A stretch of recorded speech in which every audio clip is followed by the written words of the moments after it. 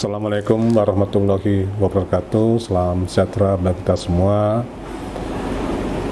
Hari ini kami menyampaikan kembali press release APBN kita untuk realisasi sampai dengan tanggal 31 Agustus regional Bengkulu.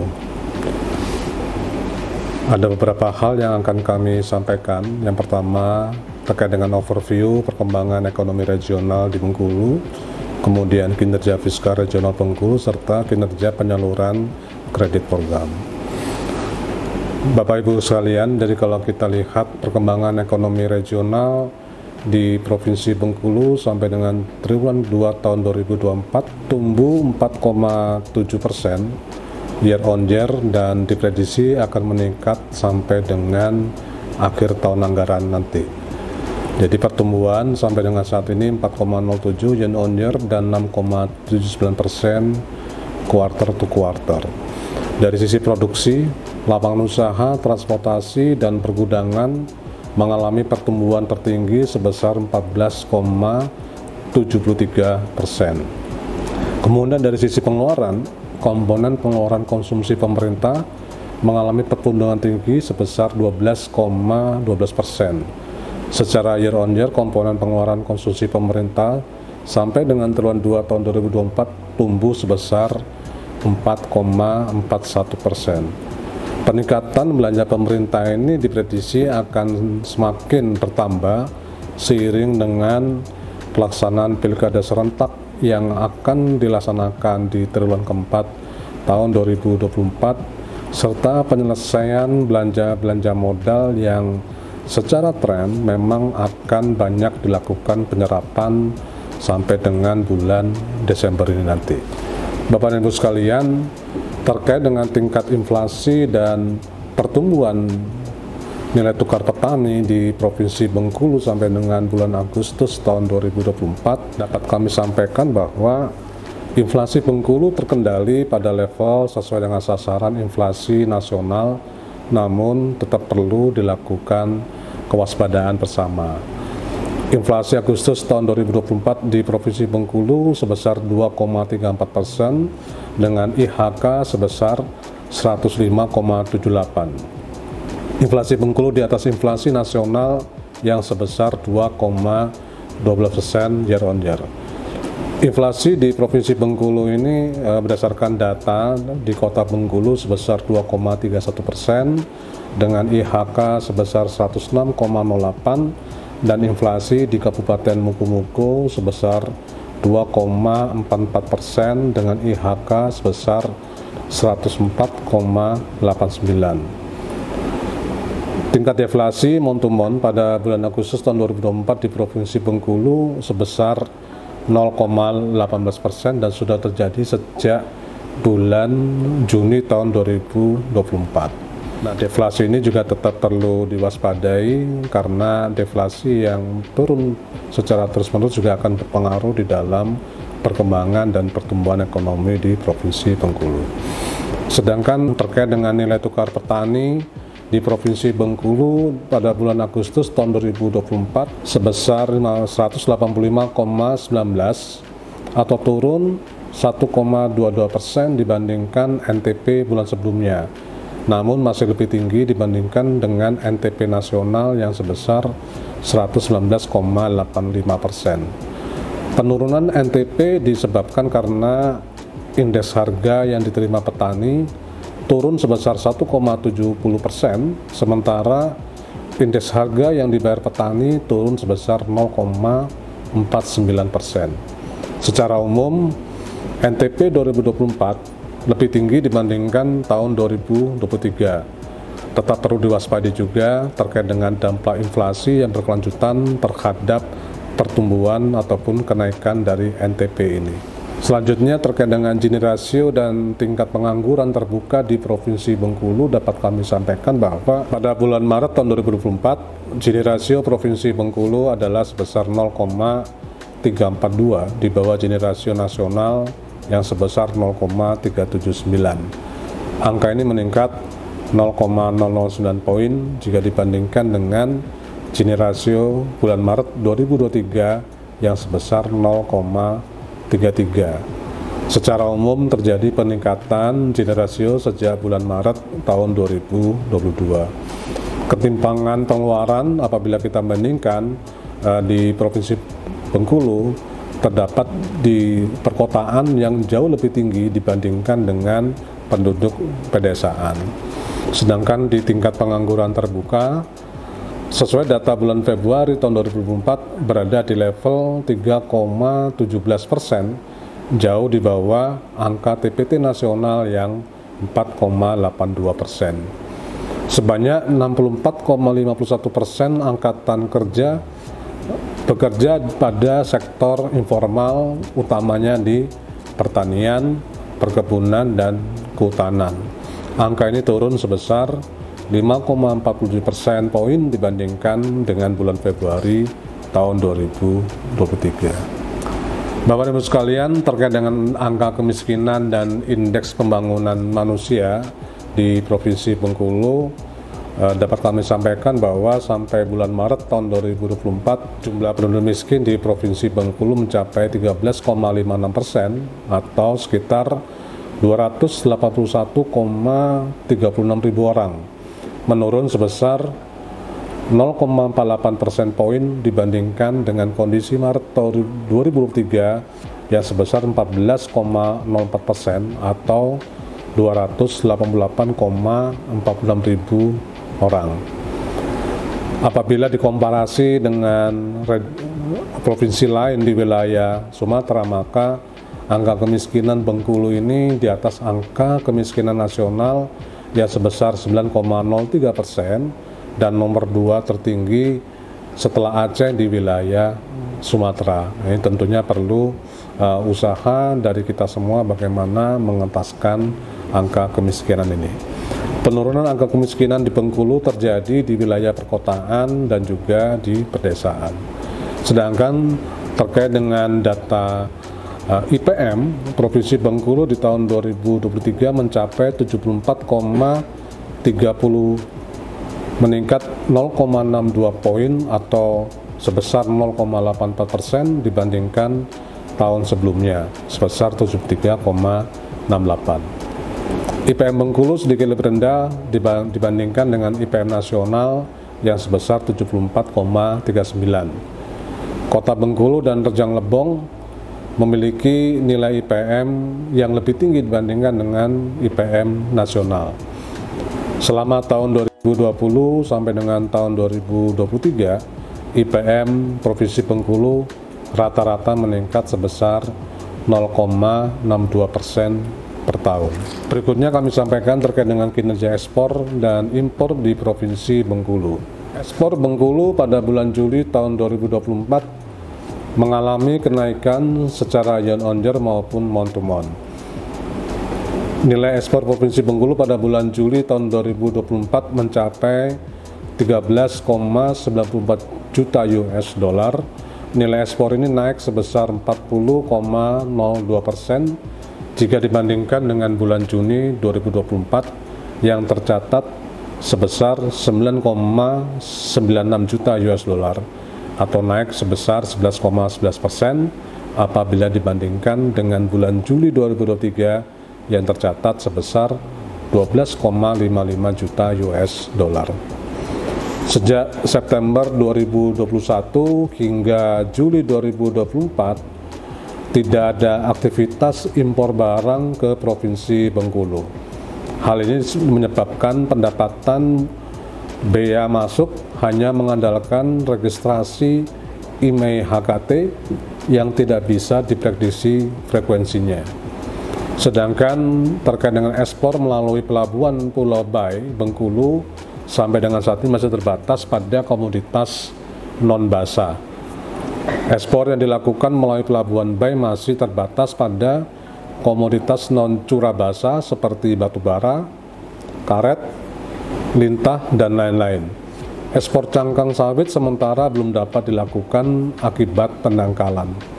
Pelabuhan Pulau Bayi masih belum mendukung kegiatan ekspor komoditas curah basah seperti CPO, sehingga masih dilakukan ekspor di luar pelabuhan di Bengkulu, yaitu melalui pelabuhan Teluk Bayur di Sumatera Barat. Permasalahan klasik yang terjadi di Pelabuhan Pulau Bae ini adalah terjadinya pendangkalan yang terus berulang sehingga perlu penanganan yang lebih komprehensif dan strategik sehingga aktivitas bongkar muat barang dapat segera dilakukan di Pulau Bae. Bapak dan Ibu sekalian, berikutnya kami sampaikan terkait dengan kinerja pendapatan dan belanja negara periode sampai dengan 31 Agustus 2024. Pendapatan dan hibah sampai dengan tanggal 31 Agustus sebesar 2.105 miliar atau 2,1 triliun, 63% dari target sebesar 3,3 triliun atau tumbuh sebesar 3,4%. Nah, kemudian pendapatan perpajakan terutama PPh non-migas mengalami kontraksi karena beberapa faktor, antara lain restitusi yang cukup besar di awal tahun, penurunan komoditas utama sawit walaupun harga sudah meningkat tetapi produksi belum cukup baik yang disebabkan karena pengaruh kurang curah hujan pada bulan Juli dan Agustus. Selanjutnya juga terdapat kontribusi pada komoditas sawit mengalami kontraksi sebesar 12,86% year on year. Kemudian di komoditas utama lain seperti batu bara, harga masih jauh lebih rendah dibandingkan dengan periode yang sama di tahun lalu, di mana terdapat kontraksi sebesar minus 48,57%. Kenaikan harga kopi yang cukup tinggi telah mendorong penerimaan pajak dari komunitas kopi dengan growth 205,15% dan kontribusinya mencapai 12,57%. Sedangkan di pajak lainnya terdapat kontraksi dikarenakan pemakaian transaksi bea materai melalui e-materai atau materai digital yang provider e-materai tidak terdata dan berlokasi di Bengkulu, sehingga pendapatan dari bea materai ini tercatat di tempat yang lain. Kemudian ekspor CPO juga masih dilakukan melalui pelabuhan di luar Provinsi Bengkulu karena belum optimalnya fungsi dari Pelabuhan Bae. Dari sisi bea dan cukai dapat kami sampaikan bahwa terdapat kontraksi di bea keluar yang disebabkan karena belum adanya realisasi ekspor cangkang kernel sawit yang selama ini menjadi kontributor utama penerimaan bea keluar akibat pendangkalan di Pulau Bae. Kemudian juga bea masuk mengalami kontraksi disebabkan berkurangan jumlah registrasi IMEI, handphone, komputer genggam dan tablet atau HKT, sehingga sampai dengan saat ini belum terdapat realisasi impor PIB melalui Bengkulu. Sedangkan kabar baiknya adalah cukai tumbuh cukup signifikan yang disebabkan mulai beroperasinya pabrik rokok sigaret kretek tangan atau SKT di Kabupaten Rejang Lebong yang menyumbang penerimaan cukai sebesar 50 juta. Sisa penerimaan cukai sebesar 60 juta juga berasal dari denda administratif cukai atas penerapan azas ultimum remedium pada penindakan cukai. Terkait dengan kinerja realisasi PNBP lainnya, terdapat kontraksi sebesar 6,4%. Nah, ini disebabkan karena adanya perubahan status salah satu satuan kerja di wilayah Provinsi Bengkulu, di mana Satker tadi semula merupakan Satker PNBP dan saat ini menjadi Satker dengan status pengelolaan Badan Layanan Umum ataupun BLU. Bapak dan Ibu sekalian, terkait dengan kinerja belanja negara dapat kami sampaikan bahwa realisasi sampai dengan tanggal 31 Agustus sebesar 10,5 triliun dari pagu 16,5 T atau 11,4% pertumbuhannya dibandingkan dengan tahun 2023. Ini hal yang sangat positif di dalam realisasi spending yang ada di wilayah Bengkulu. Nah, belanja negara ini terdiri dari belanja pemerintah pusat sebesar 3,1 triliun, tumbuh sebesar 14,6%, dan transfer ke daerah sebesar 6,4 triliun atau tumbuh sebesar 9,2%. Bapak dan Ibu sekalian, apabila kita lihat secara detail, terdapat kontraksi di belanja modal sebesar 2,1%. Hal ini disebabkan karena terdapat penurunan alokasi pagu belanja modal pada tahun 2024, di mana alokasi pada tahun 2024 sebesar 893,93 miliar, sedangkan alokasi pada tahun 2023 sebesar 928,68%. Namun apabila kita lihat kinerja persentasenya terjadi peningkatan dibandingkan dengan tahun 2023. Ini tentunya akan menjadi catatan bagi kita dan bagaimana kita nanti dapat melakukan percepatan realisasi belanja modal sampai dengan bulan November dan Desember agar dampak perekonomiannya terasa di Provinsi Bengkulu pada tahun 2024 dan kemanfaatannya pun dapat segera diperoleh. Sedangkan terkait dengan TKD terdapat kontraksi sebesar 54,3% pada alokasi TKD yang berasal dari insentif fiskal. Penyebabnya juga sama dengan yang ada di belanja modal karena disebabkan penurunan pagu alokasi TKD yang diterima di wilayah Provinsi Bengkulu, di mana pada tahun 2023 alokasi insentif fiskal sebesar 110,70 miliar, namun pada tahun ini insentif fiskal yang diperoleh oleh Provinsi Bengkulu sebesar 26,59 miliar. Namun dari sisi kinerja terdapat peningkatan di mana serapan penyaluran insentif fiskal sebesar 50% jauh meningkat dibandingkan dengan tahun 2023. Selanjutnya kinerja APBD dan dukungan transfer ke daerah dapat kami sampaikan bahwa penyaluran TKD yang bersumber dari APBN sampai dengan tanggal 31 Agustus sebesar 7,36 T, sedangkan pendapatan transfer pada APBD baru tercatat sebesar 6,03 triliun.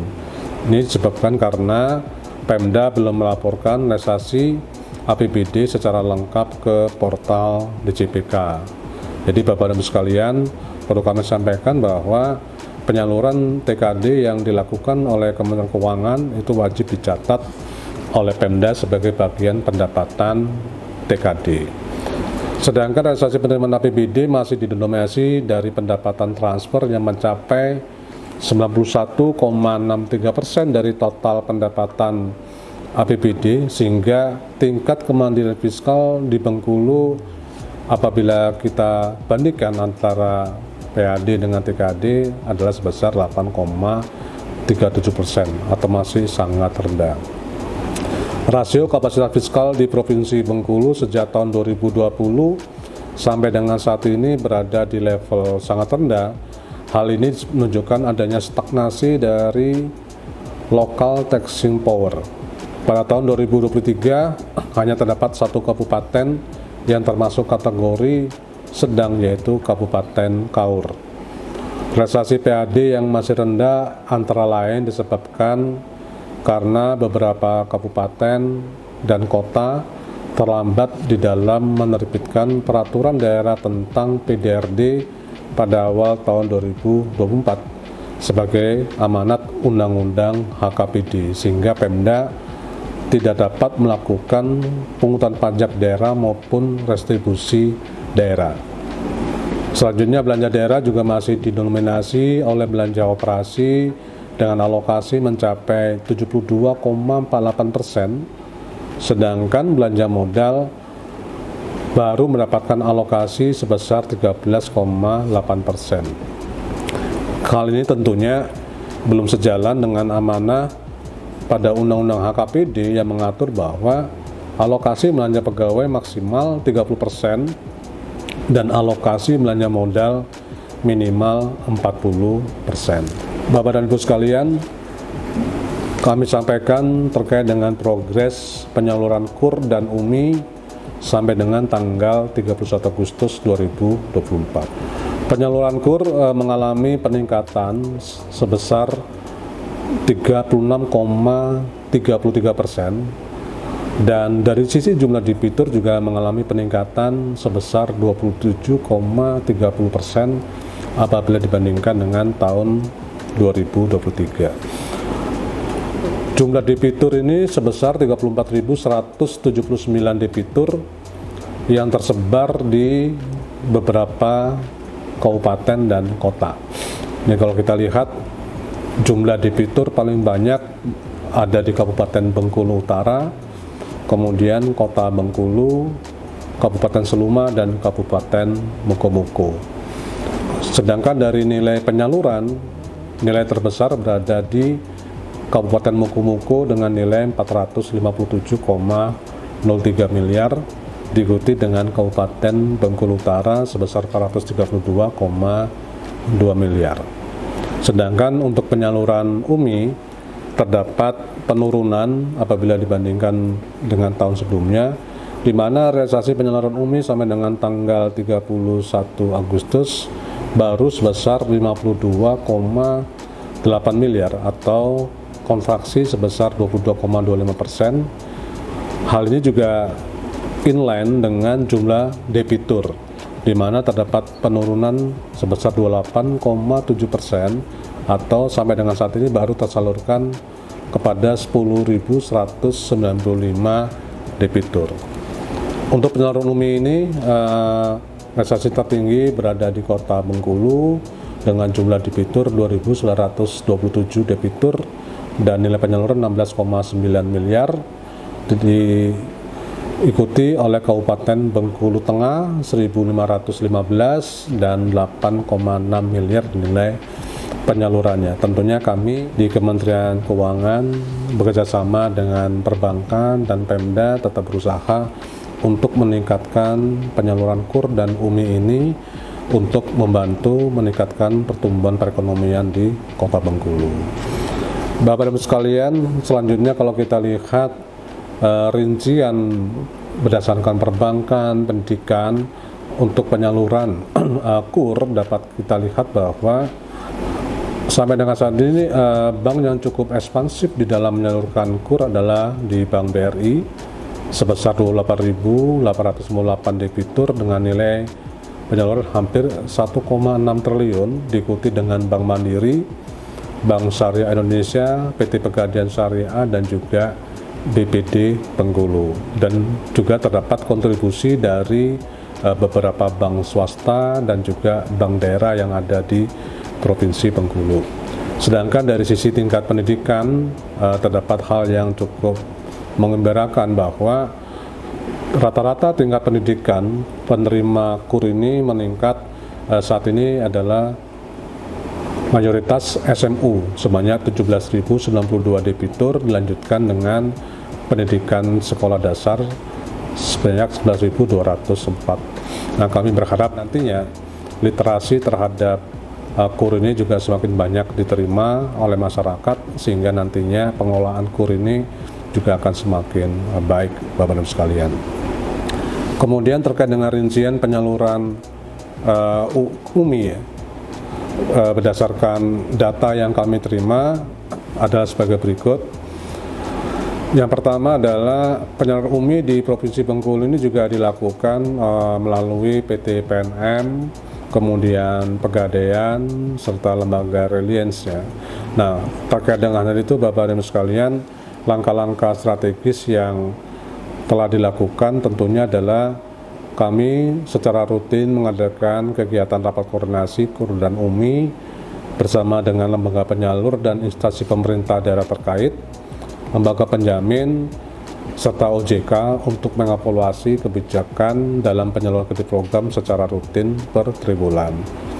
Kemudian ada molef kepada para debitur penerima kredit program untuk mengevaluasi pelaksanaan kredit program rutin per semesteran, menyampaikan laporan perkembangan penyaluran kredit program di Provinsi Bengkulu kepada kantor pusat dan instansi terkait, serta aktif berperan dalam tim percepatan akses keuangan daerah TPAKD baik di tingkat provinsi maupun di tingkat KPPN. Baik Bapak dan Ibu sekalian, itu mungkin yang dapat kami sampaikan terkait dengan kinerja APBN sampai dengan tanggal 31 Agustus 2024 beserta kondisi ekonomi regional dan sosial ekonomi yang ada di Provinsi Bengkulu. Selanjutnya perlu kami sampaikan bahwa kami di Kanwil Ditjen Perbendaharaan beserta kantor layanan kami, kantor pelayanan perbendaharaan negara yang tersebar di Provinsi